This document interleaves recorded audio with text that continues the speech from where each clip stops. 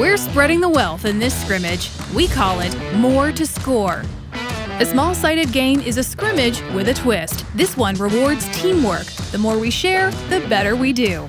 Nice shot! Well done, Sam! Use 4 cones to create a rectangular grid with a goal or pair of cones on each end line. Divide players into teams of 3, 4, or more.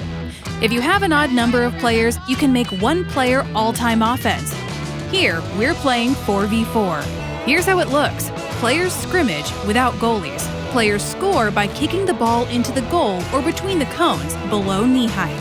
There are no corners or throw-ins, and if a ball goes out of bounds, it's a kick-in. Simple enough, right?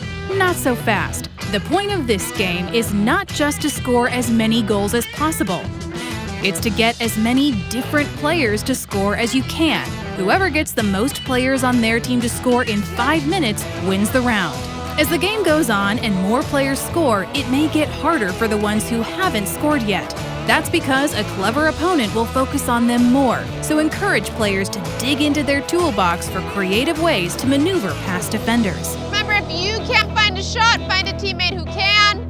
Coaches, use this game to reinforce the teaching points you worked on during practice. Focus on defending skills, look for great examples of individual defending, or step back and take it in. Sometimes good coaching is simply observing and giving players a chance to solve problems for themselves.